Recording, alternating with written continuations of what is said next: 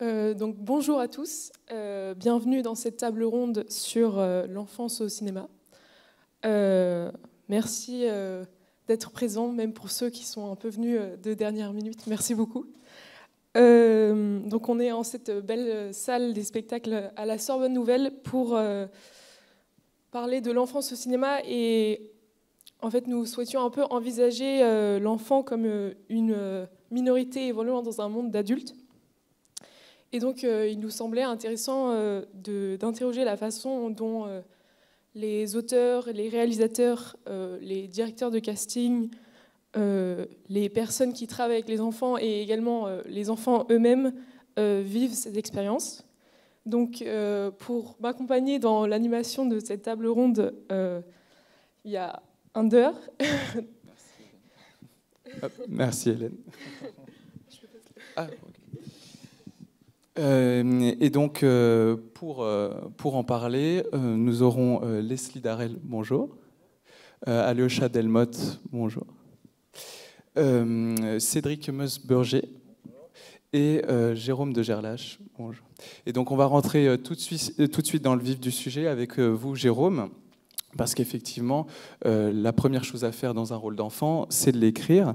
Et donc, on voulait savoir comment vous faites pour écrire un rôle d'enfant, quelles sont vos méthodes, et est-ce que ça vous arrive aussi de vous replonger en enfance quand vous écrivez ces rôles? Alors, c'est intéressant parce que je viens de terminer une collaboration avec une réalisatrice qui s'appelle Delphine Bertrand sur un film, une comédie qui est en train de se monter. Et un des rôles principaux, c'était le rôle d'un jeune garçon de 7 ans. Et du coup, pour l'écriture de ce rôle, forcément, l'inspiration vient souvent de ce qu'on connaît. Et donc, son fils a été la principale source d'inspiration pour le rôle. Et ensuite, en tout cas, ça c'est peut-être mon défaut, c'est dans la construction du rôle, on se projette aussi dans les contraintes du tournage et dans ce que ça représente sur un projet de tourner avec des enfants, parce que c'est passionnant, mais c'est très contraignant, contrairement à un tournage avec des adultes, ne fût-ce que dans les périodes de tournage autorisées, en tout cas, ce qui est quand même dans les amplitudes comment dire, sur les périodes de l'année. En fait, c'est en général pendant les vacances scolaires, parce que, en tout cas en fiction, sinon c'est compliqué. Même si je pense qu'en série, il est possible d'aménager des temps d'école sur la série, mais ça, je pense que vous serez plus à même de l'expliquer que moi. Mais donc, du coup, pour l'écriture, oui, c'est ça, en fait. On évoque sa propre enfance, on évoque... moi, j'ai 2 enfants aussi. Et donc, du coup, je pense que la première source d'inspiration, c'est ce qu'on connaît le mieux. Et nos enfants sont souvent la plus grande source d'inspiration pour écrire un rôle. Et d'ailleurs, j'ai oublié de préciser, vous êtes réalisateur principalement de documentaires, mais vous faites aussi de la fiction et de la publicité. Donc voilà, vous avez beaucoup travaillé avec les enfants, notamment sur différentes publicités. Voilà, ouais. Donc, Leslie, vous êtes responsable jeune public au Luxu d'Ivry, et vous coordonnez des projets dans le but de faire découvrir le 7e art à différentes classes d'élèves du secondaire. Est-ce que vous pouvez nous en dire un peu plus sur votre activité? Alors, donc en fait, on part de la maternelle et on va jusqu'à la terminale, donc pour tout ce qui est scolaire. Et en fait, du coup, on a des projets assez différents. Pour tout ce qui est maternelle et élémentaire, on va être beaucoup dans la pratique, avec des films d'animation, travailler autour des trucages, essayer de leur faire comprendre un petit peu en fait comment une image peut être fabriquée. Et on travaille aussi beaucoup sur l'analyse filmique, donc essayer de leur faire comprendre comment on peut ressentir une émotion par rapport à l'image, aux couleurs, la manière dont c'est filmé, le cadrage, enfin voilà, tout ça. Alors, sans être à la place du réalisateur et se permettre de dire que le réalisateur a absolument voulu faire ça, à moins qu'il l'ait écrit quelque part, mais en tout cas, voilà, essayer en tout cas d'essayer de comprendre les émotions qu'on ressent. Pour le secondaire, donc on reste beaucoup sur l'analyse filmique.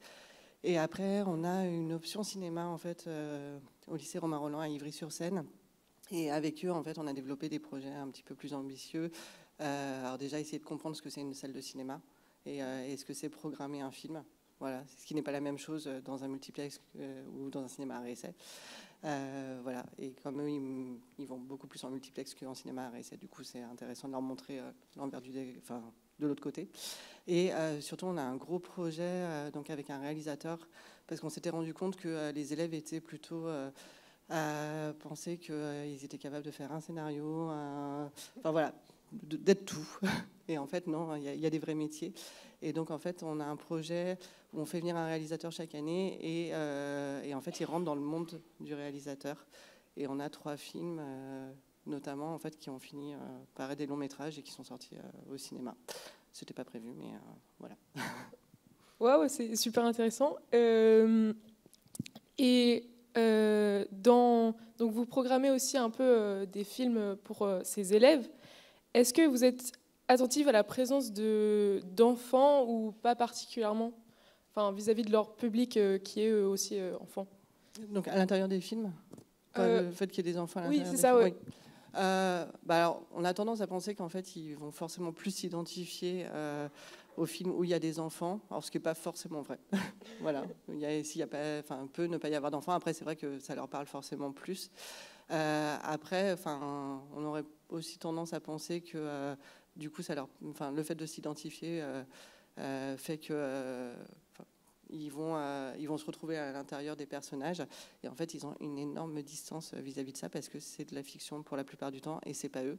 Et quand c'est pas de la fiction, dans les documentaires pour enfants, généralement c'est des choses tragiques qui se passent, donc du coup c'est pas eux non plus. Voilà. Ok. Et donc, après l'étape d'écriture d'un rôle, il y a ensuite l'étape du casting. Et donc, Cédric, je vais me tourner vers vous. Vous êtes donc directeur de casting. Vous faites principalement du casting de figuration. Vous êtes aussi acteur. Et donc, comment repérer le bon ou la bonne comédienne pour un rôle? Parce que ça doit relever, je suppose, d'un œil assez expérimenté. Donc, vous l'avez bien dit, je suis avant tout chargé de figuration et je m'occupe notamment aussi des petits rôles enfants sur la série Sam, sachant que les rôles plus importants sont faits par une directrice de casting, pour les enfants notamment. En fait, j'ai un exemple concret il y a 2 ans. J'ai fait une annonce où je cherchais encore des 16 ans, qui restent encore des ados, encore des mineurs, donc encore des enfants dans ma tête. J'ai fait une annonce de figuration et j'ai eu du genre 110 personnes, 110 ados qui ont postulé. Et sur ces 110 personnes, j'ai fait faire des essais. Alors qu'ils ont postulé pour de la figuration, je leur ai fait passer ce qu'on appelle une self-tape. Donc ils se filment chez eux, je leur ai envoyé une scène. Et sur 110 personnes, il y en a une qui a tout défoncé, permettez-moi l'expression. Et elle est repartie avec 5 jours en rôle sur la série. Donc ça, c'est aussi un moyen, dont j'ai eu le temps de le faire la fois là, mais c'est aussi un moyen de découvrir des nouveaux talents. C'est grâce à Internet, grâce aux vidéos, tout le monde a un smartphone aujourd'hui, de faire du volume pour découvrir une petite perle. Ça, c'est une des méthodes. Après, dans ma façon de travailler, j'en ai pas d'autres en fait. Moi, je fais du volume et après, je vois, ah punaise, cette personne est super. Et d'ailleurs, vous avez fait donc du casting d'enfants, vous avez fait du casting d'adultes. Est-ce que vous ressentez une différence donc, dans l'approche en fonction de si c'est un enfant ou un adulte, la façon de travailler? C'est une question un peu compliquée. En fait, il y a plusieurs... déjà, chez les enfants, est-ce qu'il a vraiment envie de jouer? Est-ce qu'il s'amuse en jouant? Est-ce qu'il est poussé par les parents? Est-ce que c'est vraiment une vocation? Il le sent, il a envie, il est heureux quand il fait ça, en plus d'être heureux dans la vie de tous les jours. Mais je veux dire, quelle est la motivation de l'enfant? Ça, on le sent. Il arrive des fois, ou même quand on reçoit physiquement et pas par self-tape des enfants en casting, que l'enfant se saborde au moment du casting parce qu'il n'a pas envie. Mais c'est ses parents qui le poussent. Donc ça, c'est quelque chose qui n'existe pas forcément chez les adultes, parce qu'il n'y a pas une personne derrière eux, ils sont là avec eux-mêmes. Mais ça, il y a un facteur supplémentaire, c'est les parents dans le casting. Est-ce qu'ils accompagnent? Est-ce qu'ils poussent? Est-ce qu'ils s'en foutent? Ça peut aussi. Oui, va faire passer. On a déjà eu des enfants qui sont venus passer le casting tout seuls sans les parents. Même pour des self-tapes, je reçois. J'ai une gamine, je ne sais plus, 8-9 ans. Elle m'a fait une séquence, une scène. où elle se donnait elle-même la réplique en changeant le personnage et elle montait elle-même. Et j'ai appelé les parents, je fais mais vous l'avez aidé? Elle fait ah non, elle veut surtout pas qu'on intervienne dans son process de casting. Et là on était là avec Eve, mon adjointe, on était là, mais c'est incroyable. Pour le coup, elle n'a pas eu le rôle, mais dans ma tête, je fais ah ouais, je retiens. Et donc pour les adultes, oui, c'est tout à fait différent parce que souvent c'est des comédiens qui sont déjà confirmés, qui sont dans le circuit, donc c'est pas la même approche. Il n'y a pas un côté nouveau. Après, effectivement, il y a des enfants qui ont l'habitude de tourner. Voilà, il y a tous les cas de figure. En parlant de casting, Alyosha, donc, tu es en 3e et tu es également acteur. Tu as notamment joué dans la saison 2 d'En-Thérapie, où tu incarnais Robin. Comment est-ce que tu es devenu acteur? Déjà, j'étais tout petit et c'est ma mère qui m'a dit est-ce que tu veux faire des castings? Et j'ai été demandée pour un casting. C'était une amie de ma mère qui faisait le casting et du coup je l'ai fait. Je suis arrivée au bout et j'ai pas été prise parce que j'avais pas assez d'expérience. Et j'avais dit à ma mère que c'était trop humiliant, que plus jamais je referais ça parce que c'est un métier beaucoup trop humiliant. Et seulement 1 an et demi ou 2 ans plus tard, j'ai dit à ma mère, en fait, je veux faire ça, j'ai envie de faire acteur, etc. Du coup, elle m'a fait rencontrer un agent qui était son ancien agent il y a longtemps. Et il m'a pris et j'ai fait 1 an de casting où j'ai jamais été pris. Et en 2020, fin 2020, j'ai été pris pour mon premier tournage et c'était et j'ai directement, enfin, je savais que je voulais faire ça, quoi. Et j'ai kiffé et tout. Ok, c'est vraiment ça donne envie presque. Est-ce que tu peux un peu nous raconter du coup le casting d'En-Thérapie, genre qu'est-ce qu'on t'a fait faire, enfin je sais pas trop le processus. J'ai déjà le casting d'En-Thérapie, c'était pendant le confinement. Du coup, j'ai sorti, etc. Ça faisait du bien de voir des gens pendant le confinement. Et j'ai fait le premier casting, c'était juste avec la directrice de casting Elsa Pharaon. Et elle a, je pense, en tout cas, elle m'a dit qu'elle avait adoré et tout. Du coup, ils en ont parlé au réalisateur. Et ensuite, j'ai passé au moins 6 castings avant d'être pris, où j'ai rencontré les réalisateurs, j'ai rencontré l'acteur du psy. Et en fait, je me donnais hyper à fond. Il y a un moment où je devais crier dans le truc. Et mon père, après, c'est lui qui m'avait accompagné, il m'a dit « Mais t'étais en train de gueuler Et du coup, voilà. Et du coup, j'ai fait 6 ou 7 castings. Et en fait, je ne savais jamais si j'étais vraiment pris ou pas. À chaque fois, ils m'ont jamais dit. Et seulement un peu de temps avant le tournage, ils m'ont dit t'es pris pour le casting. Et là, j'étais trop content, quoi. Waouh. Mais est-ce qu'on t'a prévenu un peu ce que serait ton rôle, genre on t'a donné des lignes Pendant le casting, ils me donnaient du coup des trucs, des scénarios que je devais jouer. Et oui, il m'avait dit. Et en fait, quand j'ai eu le premier casting, ma mère, elle m'avait appelé en me disant parce que j'ai regardé la saison 1 d'En-Thérapie. Et du coup, en vrai, quand j'ai regardé la saison 1, je me suis dit j'aimerais trop jouer là-dedans. Et, et ma mère, elle m'a appelé en me disant t'as un casting pour En-Thérapie, tu joues le rôle d'un petit gros. Et du coup, au début, je croyais qu'elle se foutait de moi et du coup, je la croyais pas. Et ensuite, elle m'a dit mais si. Et du coup, voilà. Et je suis allée au casting et j'ai trouvé le rôle. Je l'ai trouvé hyper émouvant et trop bien. Et voilà. Bah, c'est vrai qu'il est super émouvant et je trouve que tu as très bien retranscrit ça. Et d'ailleurs, même dans ce rôle, t'a-t-il aussi appris des choses sur toi, sur la vie en général? En fait, je me reconnaissais pas mal dans le rôle, même à propos des parents, etc., du rôle. Et il y avait plein de lignes où, en fait, c'était hyper bien écrit. Et du coup, il y avait plein de lignes. Et quand je les lisais, je me voyais dire ça et je me voyais carrément... pour moi, il y a vraiment des trucs, je me reconnaissais dedans. Et du coup, c'était peut-être... en même temps, c'était peut-être plus simple du coup d'incarner le personnage. Et oui, en fait, quand tu joues un personnage, t'apprends de lui, etc. Et du coup, t'essayes de l'inventer et de jouer ce personnage par rapport à lui et par rapport à ce qui est écrit de lui. Et donc, Cédric, pour la question de la figuration, lors des tournages, parfois il y a des temps d'attente qui peuvent être très longs, notamment par exemple avec les enfants. Comment vous gérez ces temps d'attente pour qu'ils soient bien prêts au moment de tourner? Quelles sont vos méthodes, voilà, pour l'encadrement? Je répondrai par un seul truc, j'ai le BAFA. Donc ça permet effectivement en fait, j'adore les enfants. Je suis arrivé sur la série Sam en saison 2. Je remplaçais la chargée de figuration qui partait en congé mat. Et moi, j'ai eu un coup de foudre d'être au travail et de travailler avec des enfants. Je partais en tant que moniteur de colo quand j'étais plus jeune, donc il y a très longtemps.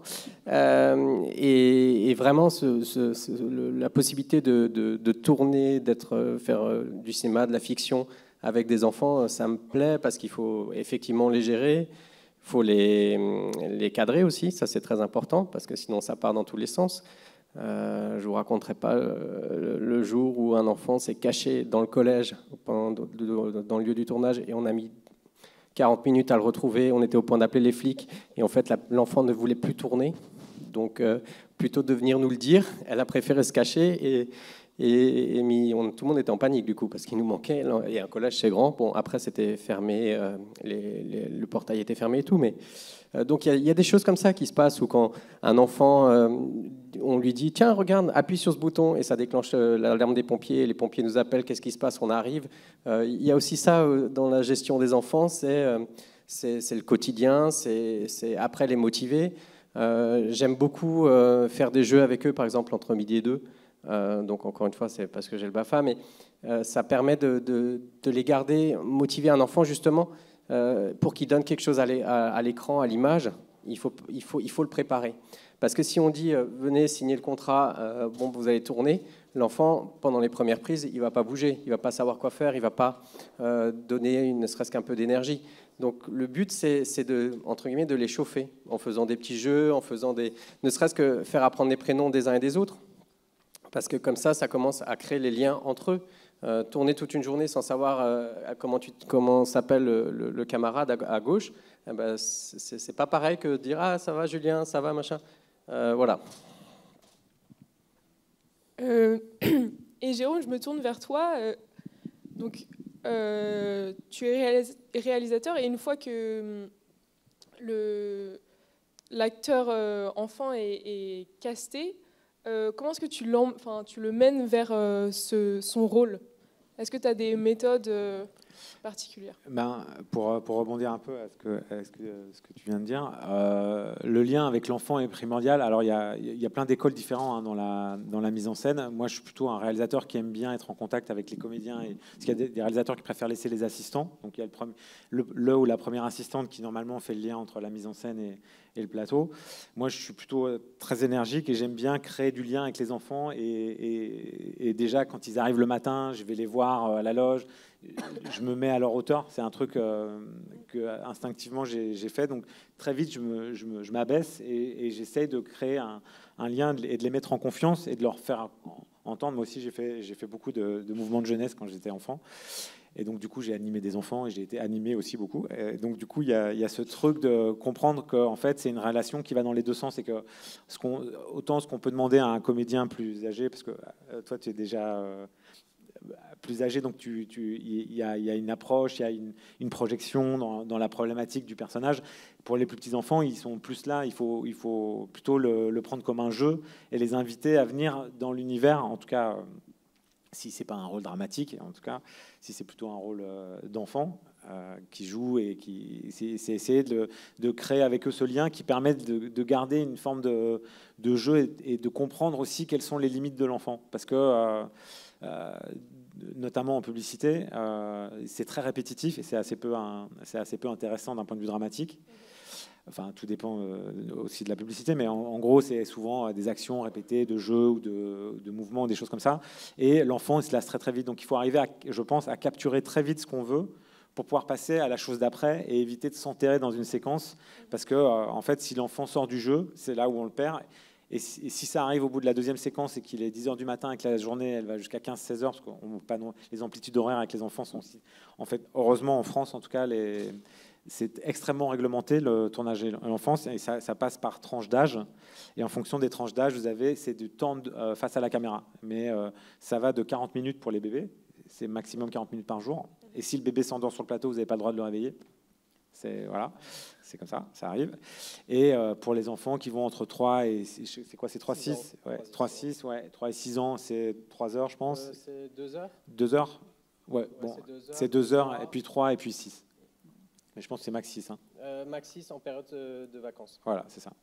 Et donc, du coup, il y a la DAS qui surveille ça. Vous devez faire des déclarations. Les enfants sont obligés d'être inscrits. C'est un agent de casting. Enfin, tout ça est extrêmement contrôlé. Donc, du coup, c'est aussi autant de contraintes qu'il faut prendre en compte. Et quand vous êtes le metteur en scène, le réalisateur, vous êtes un peu garant aussi de gérer ce lien avec l'enfance et d'être aussi le rempart par rapport à différentes demandes. En fiction, je pense que vous êtes maître à bord, et donc ça, il y a beaucoup moins de problèmes. Par contre, sur les projets commerciaux, c'est beaucoup plus compliqué parce que vous avez un client et des agences qui, eux, en fait, l'enfance, c'est quand même, ça les concerne moins, en tout cas, ou pas toujours. Et donc, du coup, vous êtes là pour dire non, mais là, ça va, il a fait 3 fois l'action ou le jeu, la journée va être longue et en fait, il a fait ce qu'il fallait, on va passer à autre chose. Parce que des fois, si vous perdez un enfant, ça peut vraiment, en fait, ça peut être une fin de journée. Hein. Genre, si un enfant veut plus tourner, c'est fini en fait. Et vous dites, ah bah désolé, voilà, soit on a ce qu'il faut, soit on revient demain, mais parce que là, aujourd'hui, il ne va plus rien se passer, parce que vous n'allez pas... Mais à nouveau, ça s'est toujours bien passé, et c'est vraiment il faut créer ce climat de confiance, mettre avec l'enfant, et c'est un jeu, c'est amusant de faire ça avec eux. Oui, bien sûr. Justement, je vais rebondir sur la législation pour faire tourner des enfants. Alors donc un enfant, que ce soit un rôle ou de la figuration ou même une doublure, parce que souvent, comme le temps de tournage est court, on prend des doublures pour avoir des plans plus loin, plus larges. De loin, on se dit pas, tiens, c'est pas lui, parce que c'est assez loin pour se dire, on peut mettre pratiquement n'importe qui et ça passe. En fait, il faut savoir que pour faire tourner un enfant, il faut... donc il a parlé de la DAS. Aujourd'hui, ça s'appelle la Driette. Ça a changé depuis en avril 2022. On est en 2022, donc cette année. Et en gros, il faut monter un dossier et en fonction de combien il va gagner, combien il y a de tours de tournage, comment il va louper l'école, est-ce qu'il faut prévoir des écolages, un coach, il y a souvent des coachs de jeu, mais il y a aussi des coachs pour suivre les devoirs, souvent pour les rôles. Il faut que l'enfant soit bon à l'école, parce que le rectorat peut s'opposer à que l'enfant tourne. Ça arrive de temps en temps qu'il y a un refus ou autre chose. L'enfant, parce qu'il aurait trop tourné dans l'année, il peut ne pas avoir l'autorisation. Et tout ça passe devant un juge des affaires familiales. Donc c'est pas quelque chose à prendre à la légère. En fait, c'est pas les parents qui ont l'autorité pour faire tourner ou pour travailler dans le cinéma ou dans la fiction. C'est un juge. C'est au-dessus de l'autorité parentale. Donc justement, pour protéger l'enfant, on ne rappellera jamais assez que les parents d'aujourd'hui ont pris tout son argent. Et aujourd'hui, il y a plein de choses qui ont été mises en place pour justement protéger ce que l'enfant va gagner jusqu'à ses 18 ans. Dans la plupart du temps, ça va être consigné jusqu'à ses 18 ans. S'il gagne, en fait, c'est vraiment en fonction de combien il gagne. En Île-de-France, s'il gagne moins de 800 €, il peut toucher une bonne partie. S'il gagne plus, de toute façon, il y a 80% qui est consigné jusqu'à ses 18 ans. Donc, faire tourner des enfants, c'est pas si simple. Il y a les conditions de tournage proprement dit, mais il y a tout le dossier en amont et il y a une commission par mois. Et donc, voilà, c'est un truc important à savoir. Oui, en effet, c'est assez contraignant. Je rebondis sur un sujet un peu différent, mais donc Alyosha, tu as eu l'occasion de jouer avec des acteurs, des actrices un peu connus qui ont de l'expérience. Est-ce que ça t'impressionne? Est-ce que tu as eu un moment de... Ça m'impressionne. En fait, c'est des acteurs que je voyais et du coup, de les voir en vrai, je trouvais ça impressionnant. Mais en même temps, quand tu travailles avec eux, c'est pas la même chose parce que quand tu travailles avec des acteurs, c'est pas des stars, c'est des partenaires de jeu. Mais quand tu les vois à la télé et que tu te dis oh, j'aimerais trop voir cet acteur, etc. Là, oui, mais en vrai, quand tu les vois en conditions de tournage, c'est plus des partenaires et pas des Donc j'étais pas, au moment de jouer, j'étais pas impressionnée, mais j'étais surtout contente de jouer avec des acteurs qui avaient beaucoup joué et qu'on sait que c'est des très très bons acteurs. Et du coup, j'étais trop contente de jouer avec eux, quoi. Ouais, ils t'ont mis en confiance. Il y avait pas. Ouais. T'avais pas l'impression d'être comme ça, d'arriver avec ton expérience. Ouais, non, justement, ils me mettent en confiance et ils aident à jouer quand il y a des moments où il faut juste improviser ou des trucs comme ça. C'est eux qui vont plus mener la danse parce que j'ai moins tourné qu'eux et du coup c'est trop cool de jouer avec des acteurs qui sont très bons. Ouais, je pense que ça t'aide aussi à être bon toi-même. Et donc, Jérôme, tu parlais de te mettre à la hauteur de l'enfant, mais notamment quand tu es dans une séquence où tu as un adulte et un enfant. Là, c'est peut-être un peu plus technique, mais de quelle manière vas-tu cadrer plus à hauteur de l'enfant ou plutôt à la vision de l'adulte, donc en plongée sur lui, voilà, en fonction... Quelle est ta sensibilité par rapport à ça? Mais en fait, c'est toujours ce que raconte une scène et une séquence. Et en fait, c'est le point de vue, c'est toujours la question de la mise en scène et du point de vue du personnage. Donc, en fonction, effectivement, si le récit de la scène est plutôt du point de vue de l'adulte, on va plutôt avoir tendance à le filmer en plongée. Et si on est plutôt avec le personnage de l'enfant, on va plutôt être en contre-plongée et à hauteur de l'enfant. Et ça, c'est justement toute la question du point de vue. Je ne vais pas faire un cours de cinéma sur la question du point de vue et de la hauteur caméra, mais c'est ce qui façonne tout le récit d'une séquence. Et du coup, souvent, tu es plus sensible à l'un ou l'autre, ou c'est vraiment en fonction des projets Ah ouais, c'est vraiment en fonction de ce que raconte la scène. C'est vraiment chaque séquence et ce que raconte l'histoire. Mais effectivement, si c'est plus un film d'adulte, on aura tendance à filmer les enfants plutôt du point de vue de l'adulte et vice-versa. D'accord, ok. Mais en fait, notre question, c'était aussi un peu de manière technique. Est-ce qu'il y a des spécificités, justement, avec des tournages avec des enfants? Donc oui, ça peut être la question du point de vue, mais je ne sais pas, la question du regard aussi. Comment inciter l'acteur à regarder la caméra ou non. Enfin, je ne sais pas s'il y a des techniques comme ça. Déjà, la caméra, a priori, il ne la regarde pas. Il vaut mieux pas. Oui. Oui, c'est vraiment... Après, c'est une question de placer le regard. Et c'est des dispositifs après de machinerie, de technique, mais c'est vraiment c'est la question alors, est-ce qu'on regarde la scène depuis un point de vue extérieur ou est-ce qu'on est dans le point de vue des personnages et c'est ça qui va influer, parce qu'il y a aussi une hauteur de caméra qui peut être plus consensuelle, où on n'est pas forcément dans le parti pris, donc qui est plus descriptif, ce qui peut être un plan, un two-shot ou un plan large, où là on n'a pas vraiment d'intention au niveau du regard, où c'est plutôt le récit qu'on développe. Mais si on est dans le point de vue d'un des personnages, effectivement, la hauteur de la caméra va déterminer, savoir si on raconte depuis le point de vue de l'enfant ou de l'adulte. Du coup, vous dites que l'acteur ne regarde pas la caméra.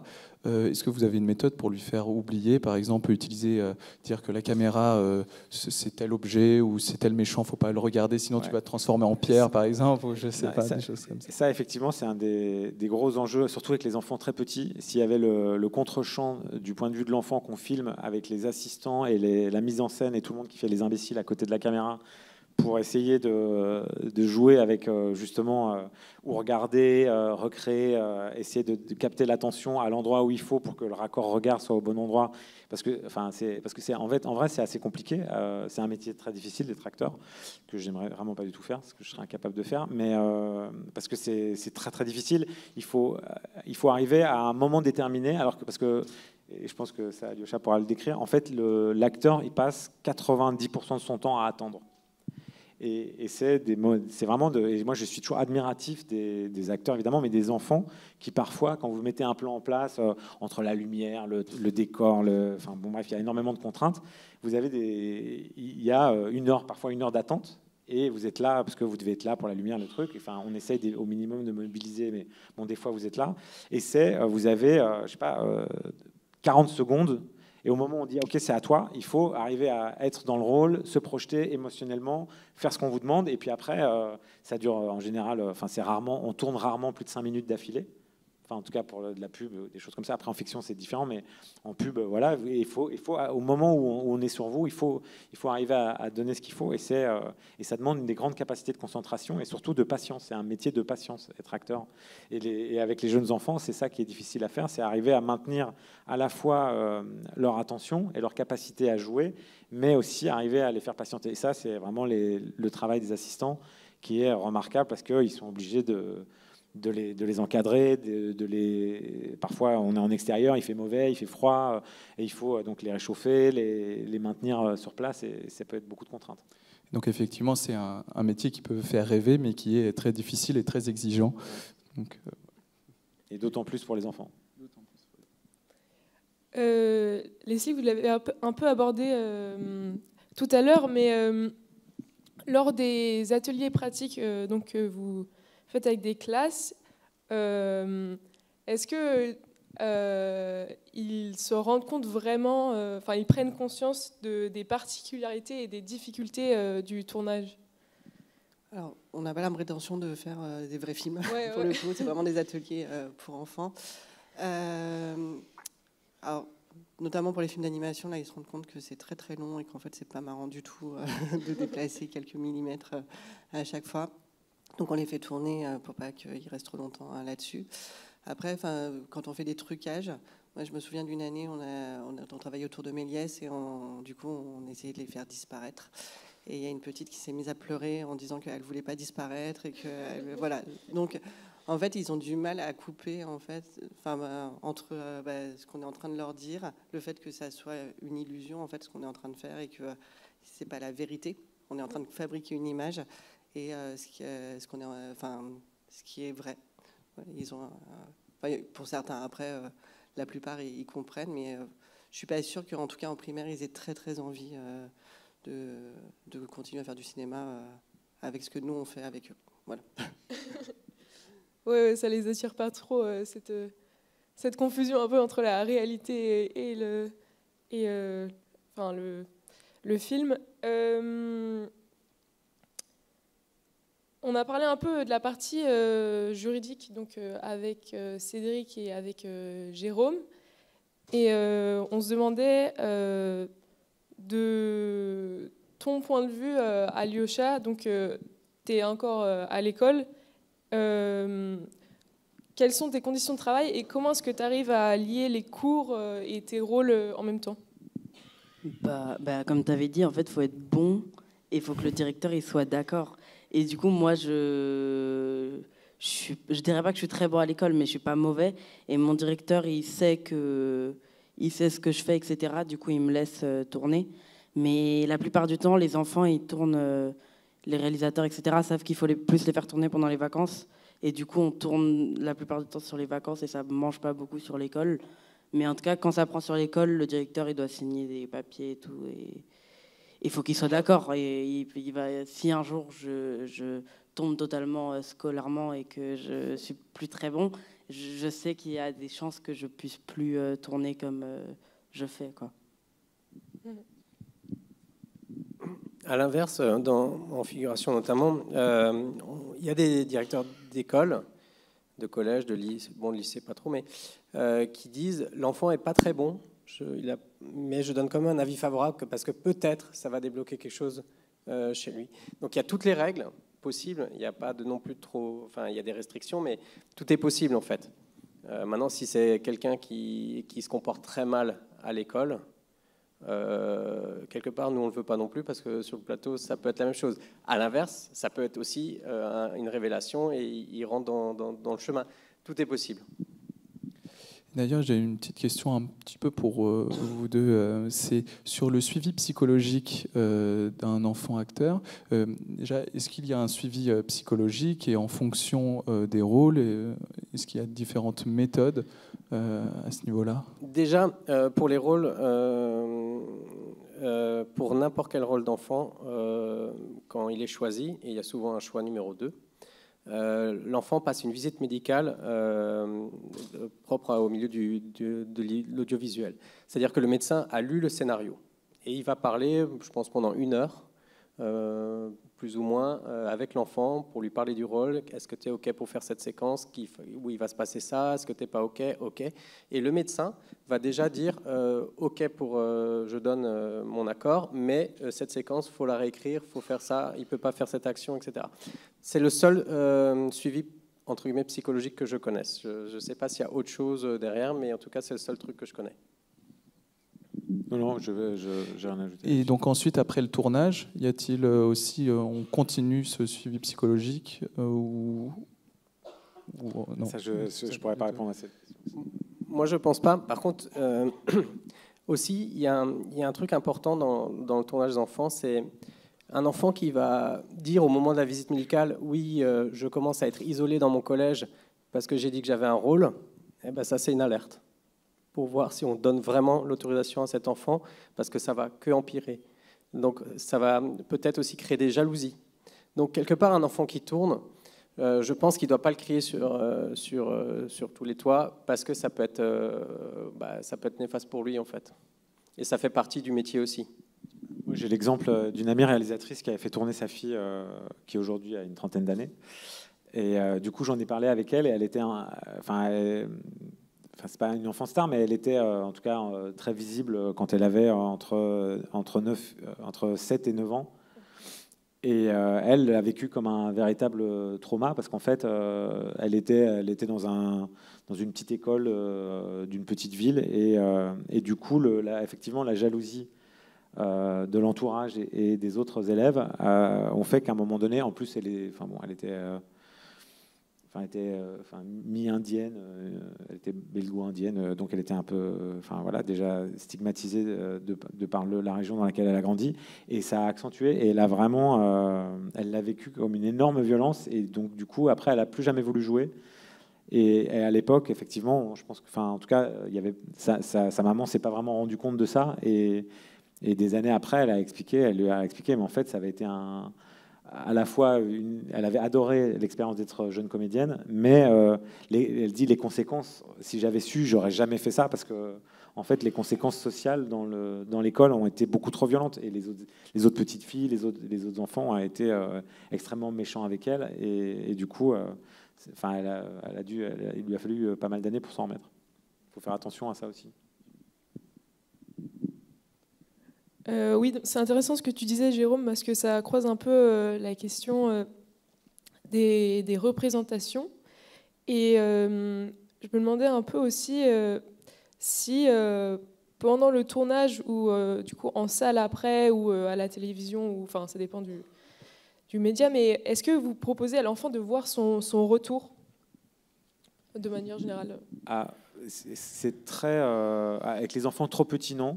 Enfin, en tout cas, moi, je demande d'éviter parce que ça peut créer. Mais déjà, même avec les comédiens, des fois, c'est compliqué le retour.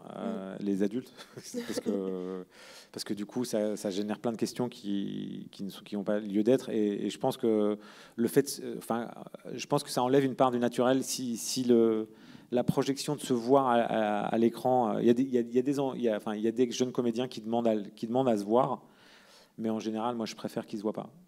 Et en tout cas, après les retours qu'on a sur les projets, on a parfois des messages des parents en disant « Ah, merci, c'est super ». Mais bon, en tout cas, moi, je ne fais pas de grands rôles dramatiques avec des enfants encore. J'en ai pas encore fait. Donc, du coup, je n'ai pas vraiment de retour ça. Mais en tout cas, sur ce que j'ai pu expérimenter, en général, ils sont plutôt très contents de se découvrir à l'écran. Et c'est ce qui leur donne envie d'en faire d'autres, en général. Non, après on sait tous que les enfants, quand ils ont 13-14 ans, leur image change, leur rapport à leur propre image et tout, et ça peut être quelque chose de compliqué qu'un enfant qui tourne avant se voit d'une certaine manière, puis d'un coup se voit comme ça, puis a évolué dans son image, dans sa vie, et d'un coup il revoit un truc qu'il a fait, ça peut être aussi compliqué. La gestion de l'image chez l'acteur, de manière générale, c'est une des problématiques à travailler. En fait, comme je disais, nous, on a eu des projets scolaires qui ont fini par être des longs métrages. Et en fait, on en avait 2 qui étaient quand même des projets plutôt politiques. Enfin voilà, ça s'est retrouvé avec des projets politiques. Et en fait, quand on leur a montré le film aux élèves, alors on leur a montré d'abord en amont parce qu'il y a l'effet groupe, nous, pour le coup, et donc sinon ils ricanent devant l'écran, donc on préfère qu'ils ne le fassent pas devant le public. Voilà. Et ensuite, quand on leur posait des questions, et c'était qu'un an avant, ils disaient « Ah mais non, mais moi je pense plus du tout ça parce que je suis... j'ai grandi, je ne suis plus du tout le même. » Donc voilà, c'est vrai qu'à cet âge-là, et on en parlait avec ta maman tout à l'heure, à 13 ans et à 14 ans, c'est déjà plus les mêmes. Eux-mêmes ne se voient plus de la même façon. Donc, je sais pas. Moi, en fait, je suis hyper mitigée parce que j'adore me voir jouer à l'écran, mais en même temps, je déteste ça. Parce que pendant que je tourne, les réalisateurs, ils me disent soit que c'est pas bien, soit que c'est bien, etc. Mais quand je me vois à l'écran, je vois toutes les imperfections et tout ce que j'aurais pu mieux faire. Et c'est pour ça que à chaque fois, quand je regardais en thérapie, par exemple, j'ai eu plein de retours positifs. Mais moi, tout ce que les gens disaient, parce qu'il y a l'histoire aussi de post-synchro où tu dois remettre ta voix sur les moments mal. Et moi, je voyais tout ça, je voyais toutes les imperfections du visage, du jeu, etc. Et c'est pour ça qu'en même temps, je suis pas fan de me voir jouer. Mais en même temps, j'adore me voir jouer en même temps. C'est pour ça que je suis hyper... Mais ce qui est bien en plus, c'est que souvent, le spectateur en soi, lui, ne le voit pas. Donc, au moins, c'est ça qui est bien. C'est ce que j'allais dire. Et puis aussi, on demande à personne d'être parfait. Et parce qu'après, ça deviendrait peut-être un peu trop scolaire. Justement, ces imperfections que tu vois créent ton personnage, créent l'empathie qu'on peut avoir à travers ton personnage. D'ailleurs, en parlant donc de ces représentations, est-ce que tu penses que ton métier a un vrai impact sur la question des représentations des enfants au cinéma ? Sur l'écologie, c'est sûr, non, mais pas du tout. Enfin, un impact. Quand tu penses représentation, tu penses à quoi ? L'image que va pouvoir refléter l'enfant ensuite à l'écran, la façon de le voir ensuite à l'écran, effectivement, dans tes méthodes de travail pour amener l'enfant à tourner, et ensuite le résultat qu'on voit à l'écran.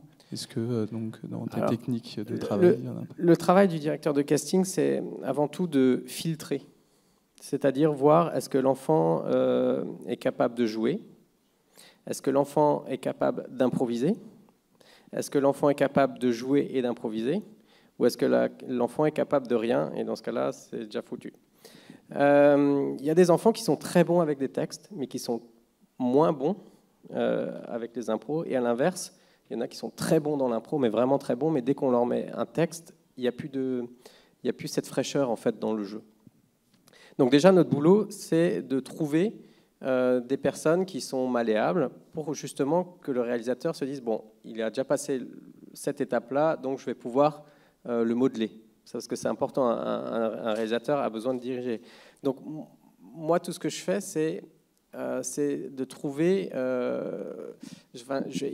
l'impact ne sera pas de moi, il sera du réalisateur ou de la réalisatrice. Mon impact à moi, c'est de punaise, lui, il est bien, elle est bien. Vas-y, fais-lui passer des essais, vois s'il peut correspondre à ton personnage. Souvent, on ne cherche pas quelqu'un qui sait bien, et ça c'est important pour les acteurs en managers, on ne cherche pas quelqu'un qui sait jouer une phrase, une réplique, on cherche un personnage, on cherche quelqu'un. Et finalement, la réplique, si on est le personnage, la réplique, elle sort toute seule. Et c'est ça il y a beaucoup d'enfants, même quand ils font des safe-tapes, s'il y a une scène de je me mets en colère, ils vont directement jouer la colère, et ils ne vont pas jouer la colère froide, ils ne vont pas jouer des nuances. Et c'est là où on peut les diriger, nous, en casting. Tiens, ce serait bien que tu refasses cette safe-tape, mais fais-la calme, ne t'énerve pas tout de suite, laisse monter. C'est ça notre boulot, c'est de voir comment il est malléable, comment ça peut monter crescendo, et pour justement après dire au réal, vas-y, tu peux le voir. Et du coup, vous arrivez, c'est grâce aussi à tout ce travail que vous arrivez à mettre en lumière des futurs potentiellement grands acteurs, etc. Moi, je mets en lumière personne. Dans vos choix, pour que par la suite, votre échange avec le réalisateur pour un tournage, peut-être qu'il devienne un grand acteur. La satisfaction dans mon travail, c'est, je reviens sur cette histoire de quand j'avais fait demander plein de self-tape Alors, j'ai rien inventé, hein, parce que pour E.T., je crois qu'ils ont vu aussi 3000 personnes. Enfin, pour la gamine, enfin, la masse a toujours été fait, notamment pour les enfants.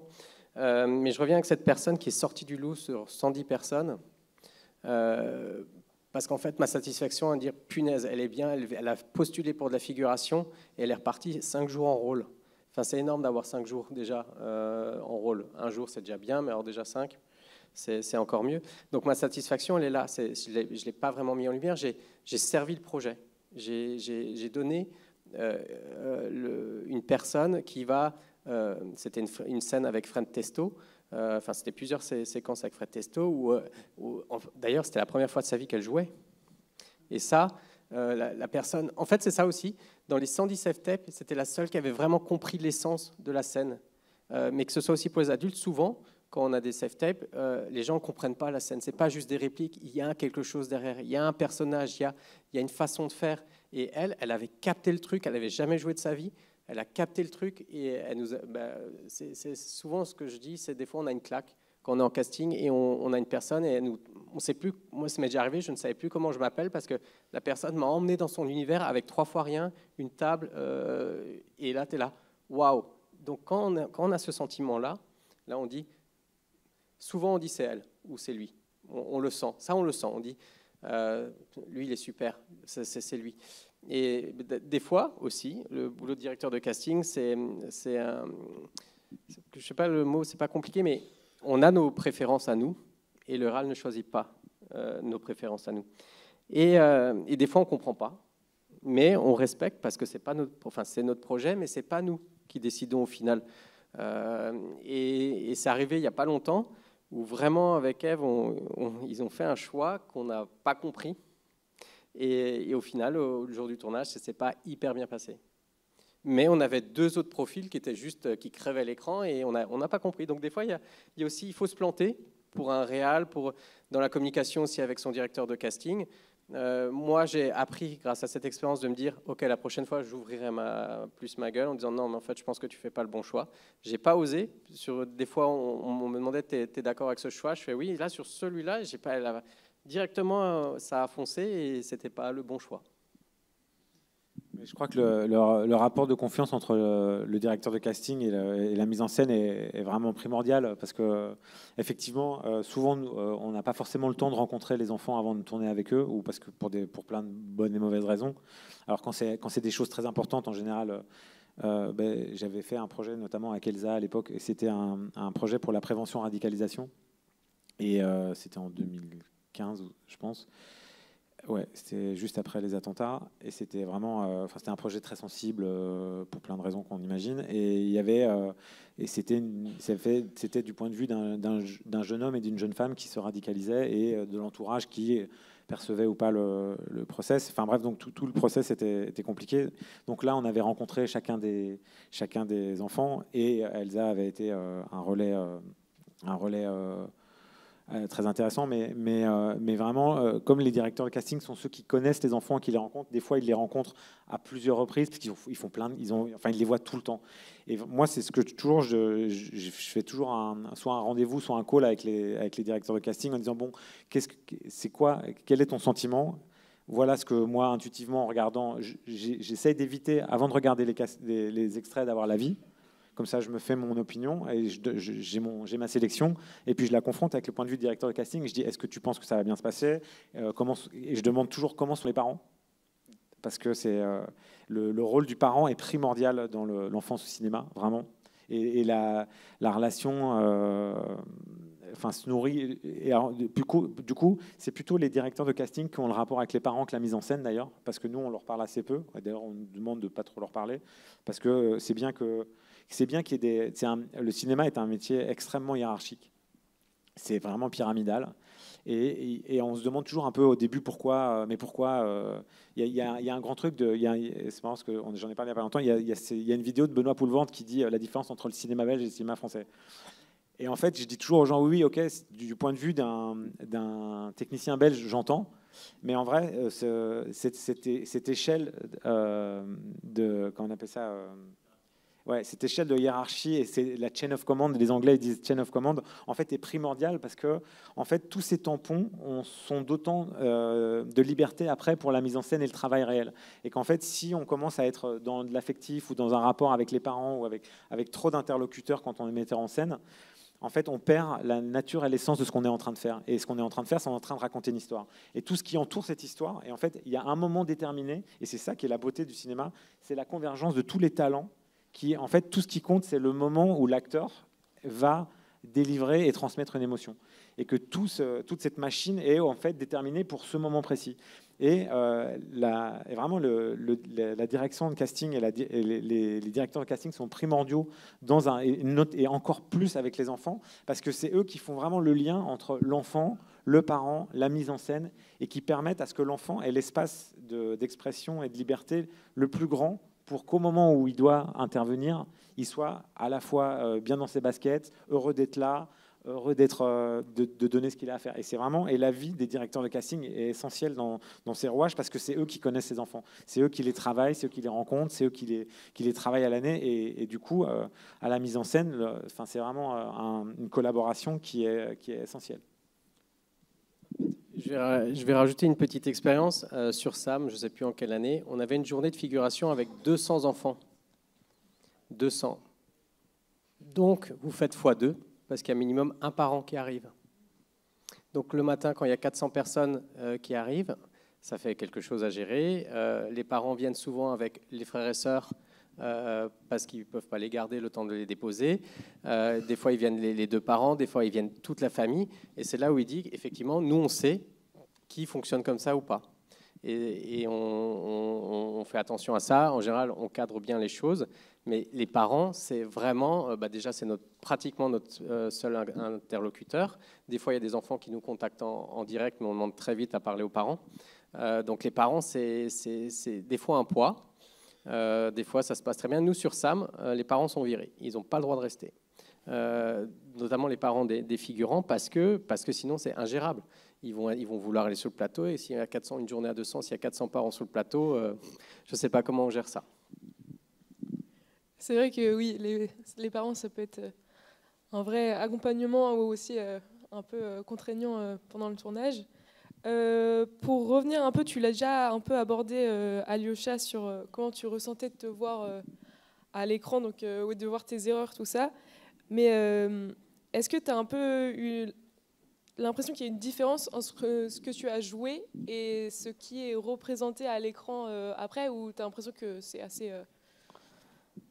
Moi, en vrai, je trouve que j'arrive à jouer ce qui est représenté. Je vois pas trop de différence entre ce que j'ai joué et ce qui est représenté. Mais grâce au montage, etc., c'est pas non plus représenté exactement comme je l'ai joué, et ça donne mieux avec le montage. Ça rajoute les plans et tout, ça rajoute des émotions, etc. Et du coup, voilà. Mais je vois pas tellement de différence entre ce que j'ai joué et ce qui est représenté. Bah, peut-être tant mieux, Ouais. pour le coup. Et est-ce que ça t'arrive maintenant qu'il y a des gens qui t'abordent dans la rue et qui te disent « Ah, tiens, c'est Robin !» À la sortie d'en thérapie, il y en avait beaucoup. Ouais. Mais moi, en fait, quand j'ai fait en thérapie, j'avais une prothèse pour le ventre et j'étais un peu plus rond. Et à la sortie, j'avais déjà beaucoup grandi et beaucoup maigri. Et il y a quand même pas mal de gens, vraiment à la sortie, il y a beaucoup de gens qui me reconnaissaient dans la rue. Et j'étais allée à un festival, Sérimania, qui était aussi, c'était trop bien, etc. Mais aujourd'hui encore, ça me choque, parce que moi, je trouve en tout cas que je ressemble plus tellement. Mais je pense que c'est les cheveux. Mais il y a encore des gens qui me disent, qui me reconnaissent. Mais à un moment, il y a une histoire hyper drôle, c'est que je rentrais de l'école, etc. Et il y a une dame qui m'a dit vous ressemblez énormément à Robin dans Thérapie. Et j'ai dit ouais, c'est moi. Elle a dit ah, mais c'est dingue, vous le ressemblez tellement. et j'ai dit mais non, mais oui, etc. J'étais un peu gênée parce que je savais pas si elle comprenait pas quoi que ce soit. Elle dit mais c'est un truc de dingue, vous le ressemblez vraiment beaucoup. Et ensuite, elle est partie. Et c'était juste ça. Et du coup, voilà. Mais ouais. Et à l'école, moi à l'école, j'ai jamais eu de retour négatif et j'ai jamais eu de remarques. J'avais très peur parce que c'est quand même un personnage qui est rond, qui se fait harceler. Et du coup, j'ai très peur qu'il y ait des trucs comme ça à l'école. Mais c'était que du truc positif. J'avais des sixièmes qui venaient me voir en me disant j'ai pleuré devant ton personnage et tout. Et moi, pour moi, j'avais réussi ma mission de transmettre un message et tout. Et du coup, c'est trop bien, quoi. Ouais, super. Et est-ce qu'il n'y a pas aussi, est-ce que c'est compliqué de gérer un peu l'après-tournage parce que du coup, tu es avec une équipe, voilà, c'est intense tout ça, et après tu reviens en cours de maths. Est-ce que c'est un peu En fait, quand tu fais un tournage, et même parce que j'ai fait du théâtre aussi, quand tu fais un tournage du théâtre, tu te crées une famille. Et en plus, quand ça dure longtemps pour en thérapie, vraiment le matin, quand je les voyais, pour moi, c'était vraiment une deuxième famille. Et du coup, j'aimais trop les retrouver. Et quand tu finis un tournage, c'est sûr que ça fait... Ouais, tu retournes à l'école et tu retournes dans la rue, etc. Et tu vois plus ces personnes. Et tu vois plus ces personnes. Et après, t'es tellement content de les revoir, surtout pour en thérapie, vu que c'était un gros truc, de les revoir pour les conférences de presse, les trucs comme ça. Quand tu les revois, c'est trop bien. Et ce qui était drôle pour en thérapie, c'est que c'était plein de patients différents. Et on tournait jamais ensemble, on s'est jamais vus. Ouais.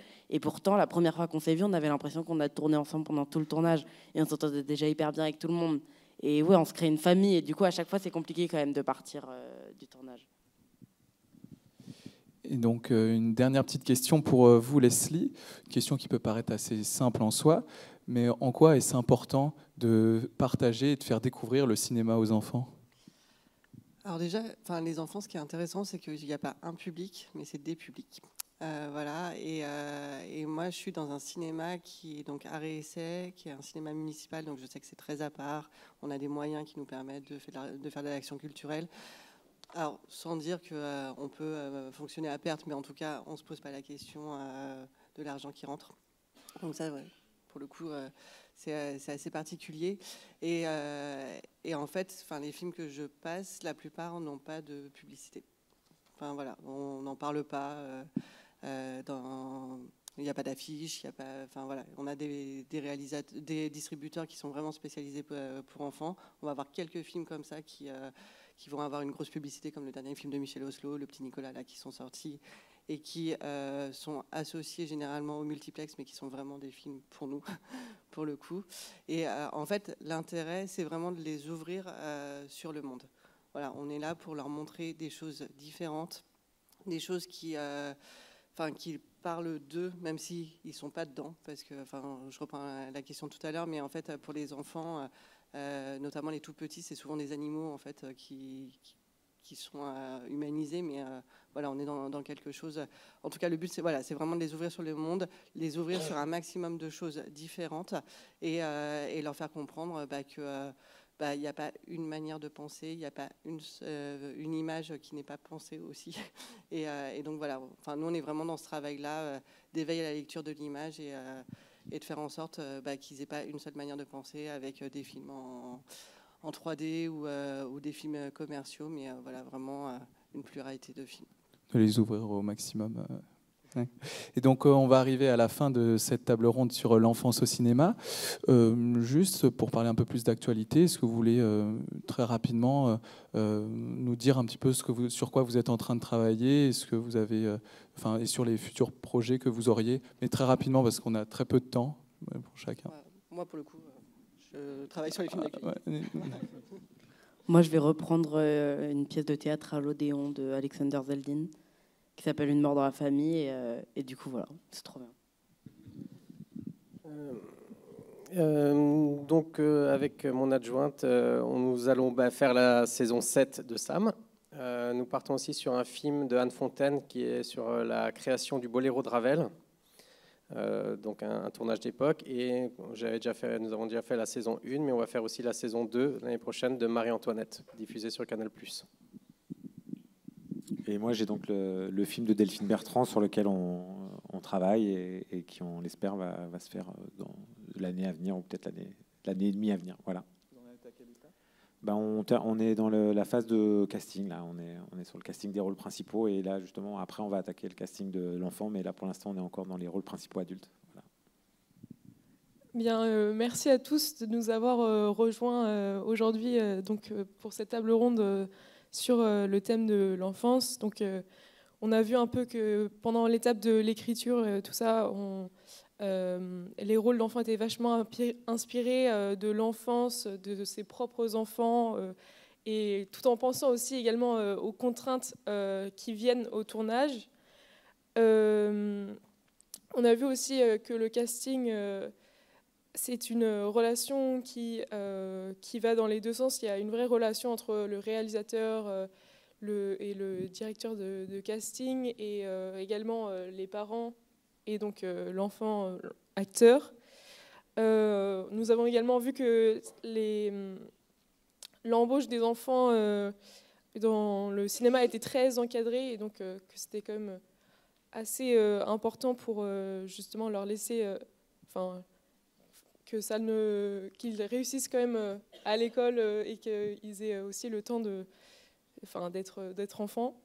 On a vu également que les conséquences de la visibilité peuvent être importantes, donc avec votre exemple, Jérôme, et que ça peut avoir des conséquences donc sur la vie après de ces enfants. Et pour finir, nous avons également vu qu'il était important de partager ce cinéma avec les enfants et dans tous les secteurs.